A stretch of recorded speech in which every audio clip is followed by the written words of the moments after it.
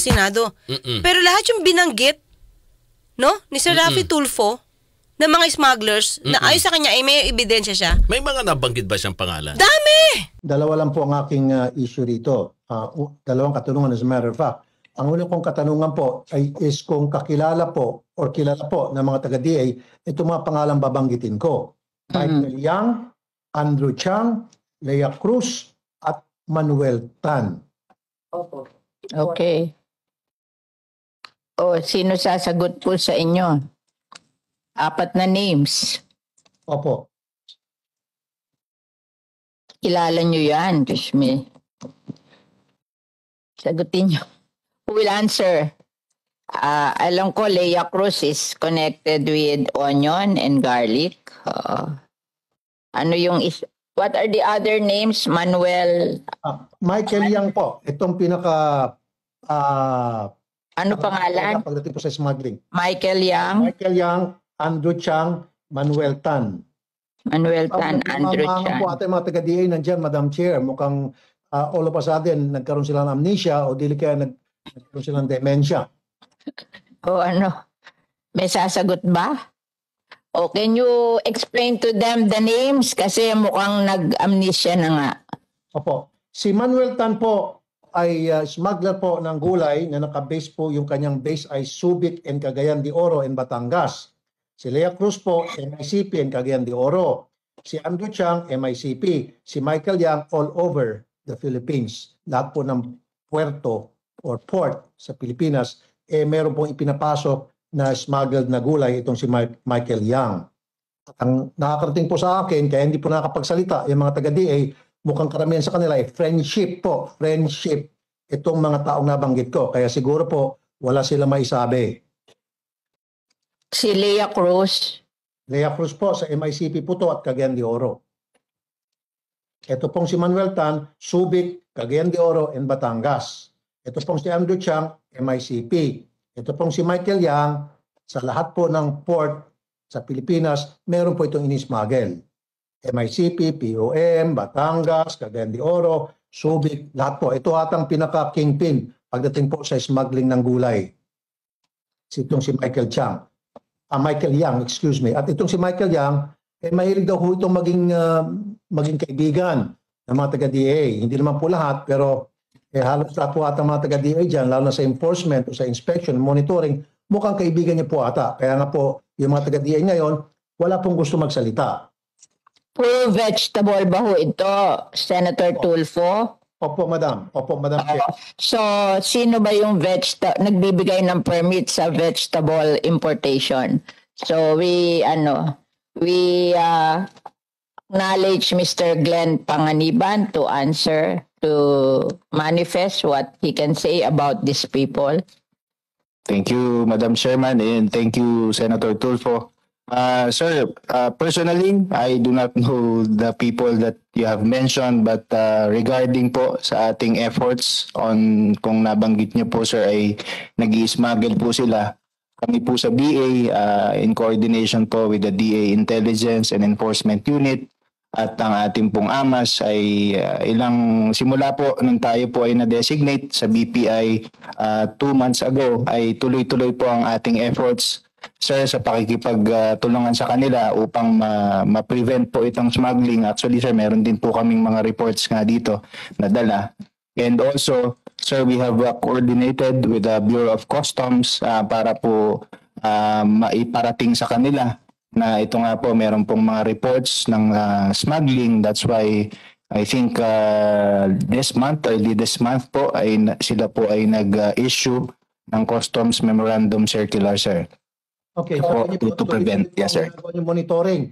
On the other hand, tuloy-tuloy po ang pag-smuggle ng gulay nitong 4 na mga tao na aking pong nabanggit. Now, kung talagang tuloy-tuloy po ang ginagawa niyo monitoring, sana po marami na ho kayong nahuli. Kasama po yung Bureau of Customs. Sana po nakabasa na ho tayo ng mga press releases tungkol po dun sa mga gulay na naharang nyo. Kasi po, bare months, alam naman po natin siguro lahat, lalo po kayo, bare months dito po malakas yung importation ng lahat ng klaseng mga kargamento, lahat ng klaseng produkto. Pero dito po lumalakas din po yung importation ng mga gulay at karamihan po ay mga smuggled. So ito pong si Michael Yang, Pag-alagala lang po ito sa MICP, ito pong si Manuel Tan, ito pong si Andrew Chang. Alam po ito ng mga taga Bureau of Customs at alam ko po, alam niyo mga ito, kilala niyo mga ito. Hindi niyo kilala personally siguro, pero kilala niyo po na smuggler ito na pwede niyo naman pong bantayan ang kanilang mga kargamento, pwede niyo naman po i-monitor ang kanilang mga shipment. Alam niyo naman po yung kanilang mga consignee, di po ba? Although marami mga consignee ito, gumagamit ng paiba-ibang consignee, pero there is a way to monitor who are the consignees being used by these people.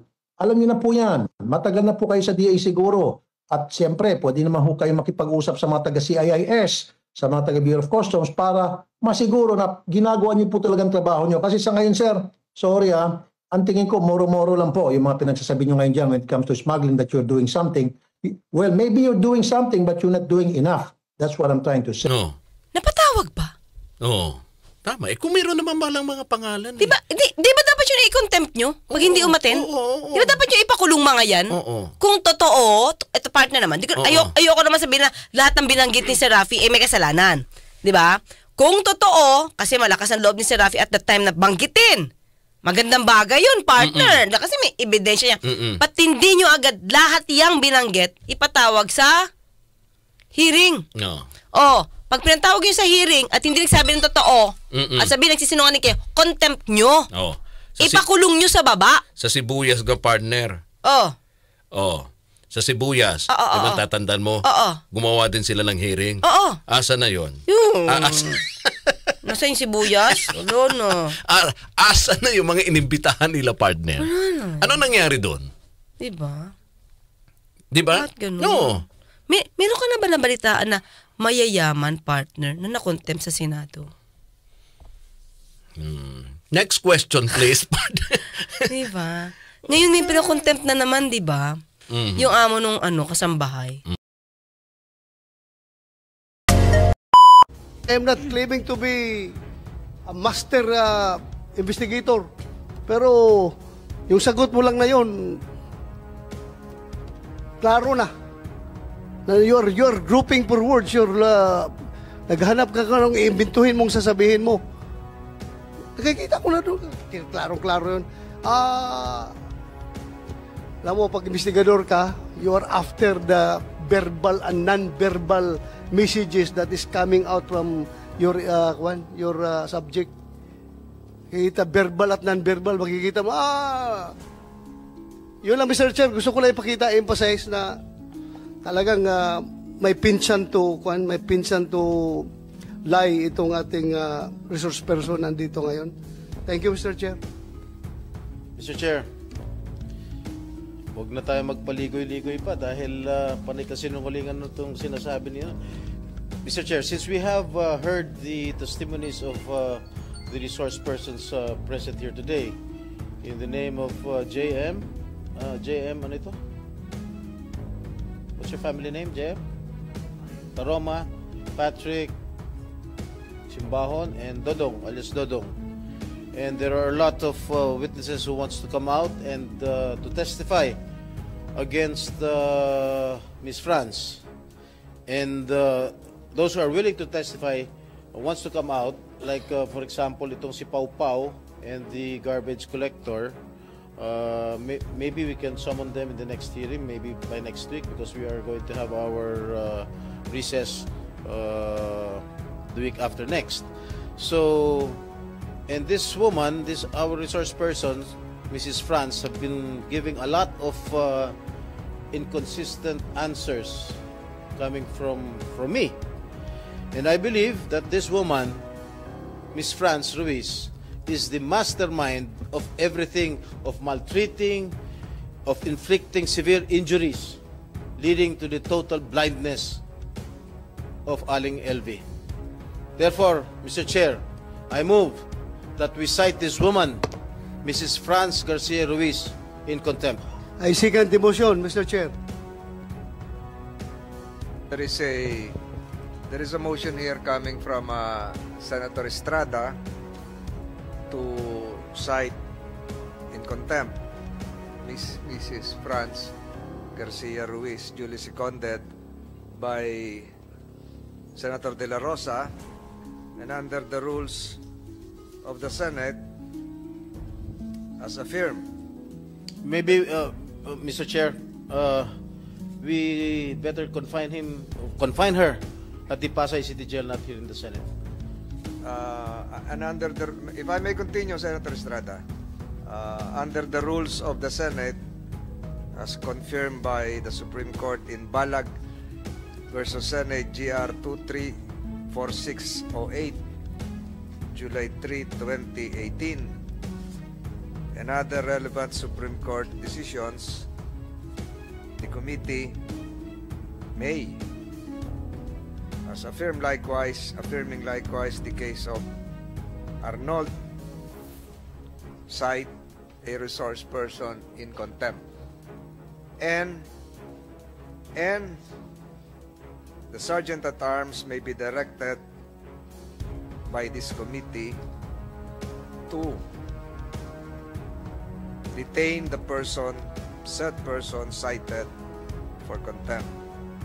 There is a subsequent motion, unless the first motion is amended by Senator Estrada, to detain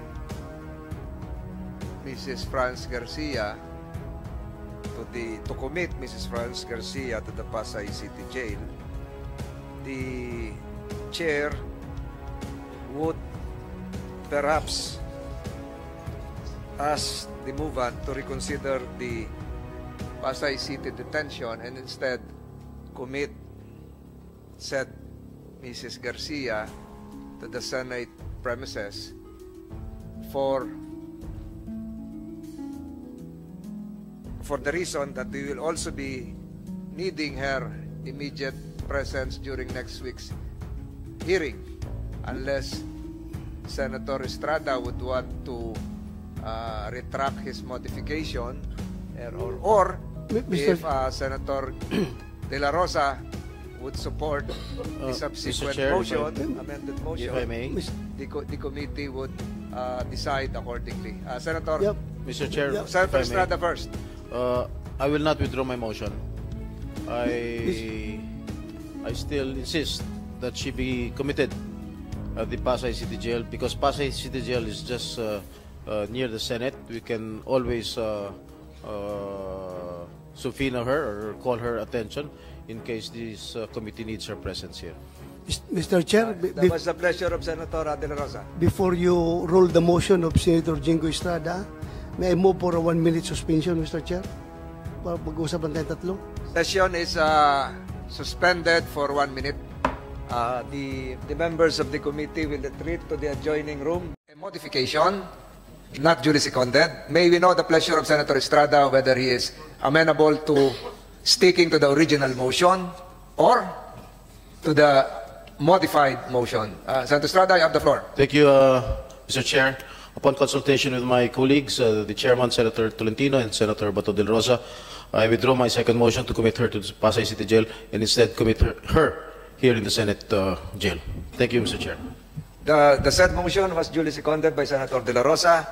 Finding no other objections, comments from our other colleagues, the Senate Committee on Justice and Human Rights, after consultations with the members and a closed-door deliberation, hereby approves the said motion of Senator Estrada and a detention order be issued to Mrs. Franz Garcia Ruiz for continuously evading the questions propounded by the members of this committee, as well as falsely testifying under direct examination by committee members, and consistent with the rules of the Senate, which considers a commitment order issued by a committee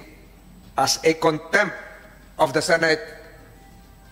The Sergeant at Arms is hereby directed to place under detention within the Senate premises said person, Mrs. Franz Garcia Ruiz, with visitation rights accorded to his family members as well as counsel, effective today, September 19-2023 given in open session by the Senate Committee on Justice and Human Rights. So ordered.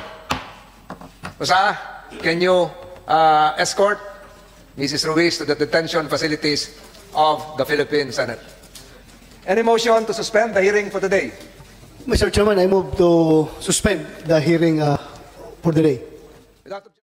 Sa akin lang, partner. Sa akin lang, Oo.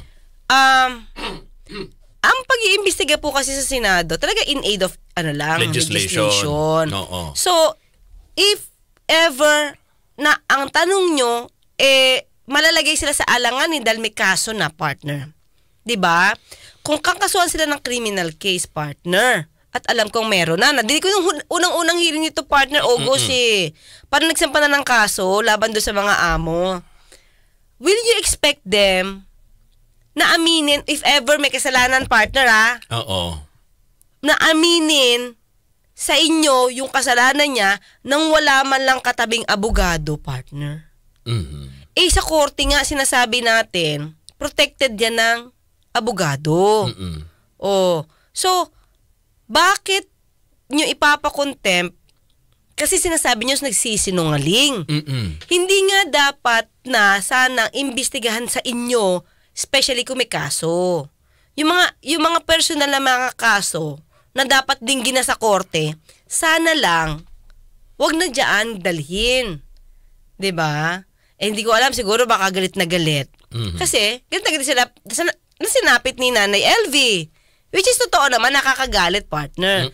Pero tingin ko hindi yun yung right venue to investigate. May criminal case na dito Oo. So, di ba? Tapos walang lawyer, hindi pwede mag-guide. Oo. Di ba? Para bang, di ba ako nga pwede ako sumagot na I have the right against self-incrimination. I invoke my right. Oo, naku, sisigawan siya doon. Allergic sila doon. Mumurahin sila. Ipapakulong. Which is, sana ito lang sa akin. Maganda naman yung ginagawa ng ibang mga senador. Kaya lang baka nagiging sumosobra. Tingin ko dapat i-review to, especially ni Senate President. Ano lang yung pwede? Ano lang, hanggang saan lang kayo pwede mag-investigate? Tingin ko dapat mag-ano sila. Hindi pwede kasi ganito na porkit ba na ang subject matter natin ay isang kasambahay. Tapos syempre, malapit ito sa puso ng mga kababayan, at especially pag naaapi. Alam mo naman sa Pilipinas kung kasi ni api, dapat doon, di ba? Pero tingin ko dapat, kahit galit tayo doon sa ng api, tingin ko dapat right, due process. I mean, legal proceedings lang sana. Kasi, tama ka nga, partner. Ang Senado, kaya nga nila iniimbitahan etong mga tao na involved, 'di ba, sa malaking issue. Okay? Hindi para ipaamin na may kasalanan. Tama? Oo, hindi. Okay. Hindi yun. Hindi para doon mismo ibibigyan nila ng hustisya yung biktima, partner. Hindi naman nila yun ang target nila, partner. Tama ba? Hindi yun. Hindi yun ang kung hindi, saan ba nagkamali ang batas? Kung ano pa yung kulang. Yes, okay. But, sa madaling salita, para mayroon silang makukuhang mga information dito sa both parties, baka yung batas medyo naging may kulang pa dun na pwede nilang i-amend, baguhin yung batas na yon. Di ba? Kaya tinatawag nga in aid of legislation. Yes. Oo. Pero kung may naman sila, partner din, power to endorse, di ba? Para i-endorse para pag meron silang nakita, partner, na may kasalanan pala. Yes, i-endorse mo para kasuhan ng DOJ. Oo. Diba? Yun. Pwede nilang gawin yun. Oo. Ang problema kasi dito, partner, halimbawang alam mo na nagsisinungaling. Sabi mo, alam ko nagsisinungaling ka, gusto mo pa-contempt kita. Ganun Alam mo na nagsisinungaling, di i-take note mo na lang to. I-take note mo siya kasi magagamit mo siya sa pag-iisip kung anong pwedeng batas. Correct. Kasi isipin mo, na ang sagot niya mali. Halimbawa, ito ba ginulpi mo? Halimbawa, ganun na. Hindi po. When in fact, sa dibdib mo, sa lahat ng circumstances na imbestigahan mo doon, totoo, 'Di ba? O di take note mo na lang siya. Para alam mo ano yung kulang sa batas. Oo. Hindi yung papaaminin nyo. Pero partner, Right there and then, partner. sa kasambahay law, maliwanag doon partner. Para sa akin, hindi na, hayaan mo na sa kinaukulan partner. Yun Gawin yung kanilang trabaho. Yun. Doon sa iusapin ng kasambahay, Tama. Oo, para sa akin, ang dami hong napakahalagang mga usapin. Hindi ko naman sinasabi na Hindi mahalaga yan. Hindi mahalaga yun. Opo. Pero, mayroon na hong mga dyan mga tamang ahensya na sila sana dapat ang tumutok. Yes, tama ka, partner. Oo, Imagine kasi mo, may batas na At Okay. malinaw dun sa batas, ang batas pa. Kaya nga, ginawa itong kasambahay law kasi nakita nga nila, hindi lang partner sa ibang bansa. Oo. Na marami hong mga nagiging biktima ng pang-aabuso. Pati dito din. Yun na nga, partner. Ang problema kasi, Oo. ang hirap kasi mag-discuss lagi si Senado, di ba? Kaya lang kasi, the reason why natin nadi-discuss to, kasi sila yung news. Not for anything else, partner. Di ba? So, siguro, binigyan kayo ng power, di ba, bilang senador. Siguro dapat, tama lang na, paano ba to? Tamang kilos, tamang paggamit ng power. That's the term, Papa. Tamang paggamit ng power ninyo. Hindi porket napiprick yung ego ninyo, di ba, partner? Parang hindi masagot, hindi sinasagot yung gusto nyong palitawin, partner. Kayo na para kayong lumalabas na investigador, di ba? Magagalit kayo dun sa tao, tapos papakontempt nyo na. Di ba? May mga ganito nga, pananakot di ba? Kung hindi mo to gagawin, gusto mo, dalhin ko to sa Senado. Partner, hindi naman okay yun, di ba? Using power, pala sumunod sa gusto mo. Pag di mo to ginawa, gusto mo, patawag kita sa Senado? Gusto mo umabot pa tayo doon? Ay, partner, that's the... Alam mo, partner, puro ngayon ang napapansin ko ewan ko lang kung sasangayunan sa akin yung mga kababayan natin. Alam mo yung Senado, partner, lahat na lang ng mga, alam mo, controversial? Controversial. Yun ngayon, yun ang issue. Yung nag-viral. Police matter. Yes, police matter lang talaga, Oo, partner. At yung police matter, Hindi lang police matter, literally may police. Oo. Talagang kailangang investigahan na, Oo nga, di ba, partner, di ba? sila lang investigador. Yun na lang gawin nila, di ba? Parang, wag na tayo mag-NBI. Di ba, Master Pogi, wag na tayo mag-NBI. Wag na tayo mag-PNP. Dali lahat sa Senado. Kasi, actually, partner, ito. Ang NBI, pag nag-investigate, pag hindi yan pumunta, di naman nila mapapakulong yan. Di ba? Sasampa lang nila sa court. I-endorse lang. Ganun din ang PNP. Sa Senado, mabilisan. Galit ka? Pakulong mo. Pero sa tingin mo, eto partner sa kaso, sa aspeto ng kaso. Kasi, di ba, bago pa mandalhin, sigurado, may nakasampa na yung kaso doon. Meron na nga, sabi. Hindi ba yun nakaka-apekto, partner? Dapat nga, partner. As sabi ko nga, kung may ganyan, kung may lawyer, may lawyer yung paiimbestigahan, punta na kayo sa Supreme Court. Oo. Pero paano, okay. Para matigil. Like yung accused, di ba? Inimbitahan siya kasi kung hindi siya dadalo, ipapasay, di ba? Pa-contempt siya. Isa yun. Kulong din yun. Kulong din siya. So kung hindi siya pupunta. Pag pumunta siya, kulong din siya. Kulong din siya. Partner. Wala siyang abogado. Pero ang dami na niyang sinagod. Magagamit yun. So, yun, hindi magandang epekto doon. Hindi magandang effect. Hindi magandang effect. Nilalabag na ba yung karapatan niya? Oo. Yun yung hindi makita minsan. Oo. Nilalabag na kasi, especially kung may criminal case involved ito. Diba? Ganit na sila before doon sa police na na-involved na sa patayan. Aamin ba yan sa inyo? Of course, hindi. Diba? Yeah. So anyway, eto, sabi ni Periwinkle, kanina sa Senate hearing, dahil wala nakita ang mga pulis, di gumawa ng tama. Di ba, pwede wala talaga. Ay, oo, partner. Ganyan mag-isip yung mga para bang, may question dito para ang question, kung ako, ito partner personal kasi nangyari, bakit mo dadalhin yung dadalhin mo yung itong delikadong kasambahay na to, nasasabi mong delikado, bakit mo ipapasama sa anak mo? Di ba? Di ba delikado yun kung ipapasama mo sa anak mo? Sinasabi mo nga na para siyang may tama, may sira, di ba, sa utak.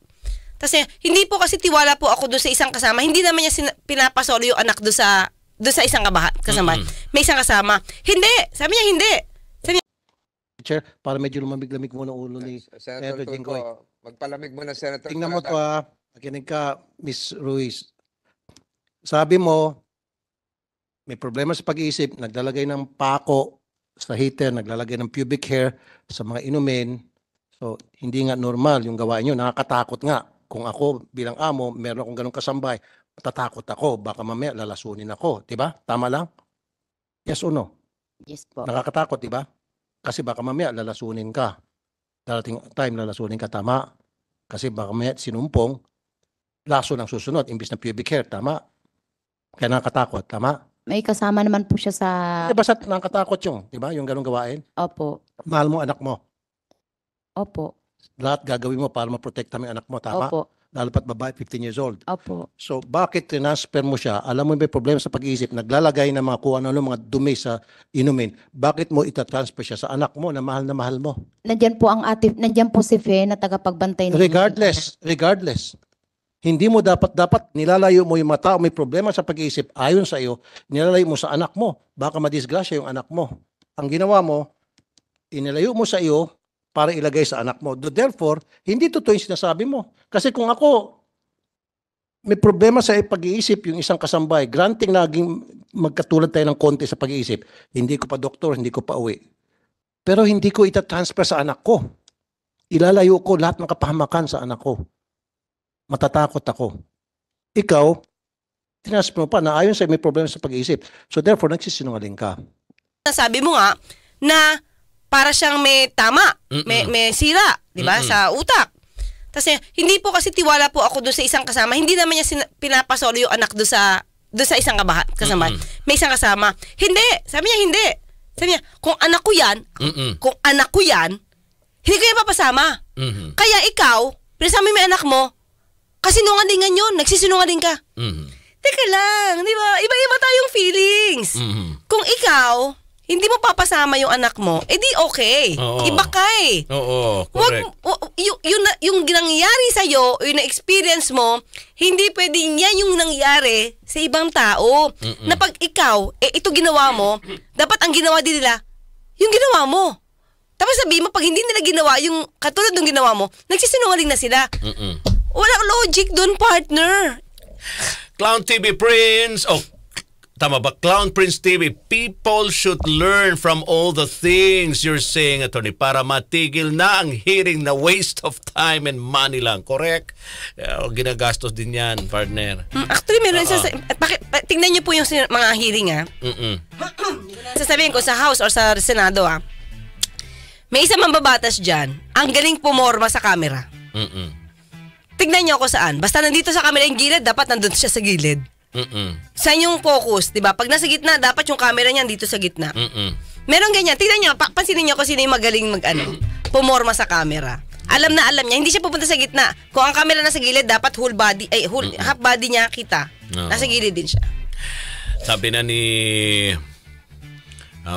ni Ben Cerril, natumbog nyo Attorney Claire at saka Radyoman. Radyoman. Walang ibang tama, siya lamang, sabi ni Mr. Pogi. Tayo lang naman, para sa ikagaganda, para naman, hindi para sa ikabubuti. Diba? Tayo ay hindi naman tayo pumupuna. Sinasabi lang natin kung ano yung sa tingin natin at sa tingin ng ibang mamamayan natin.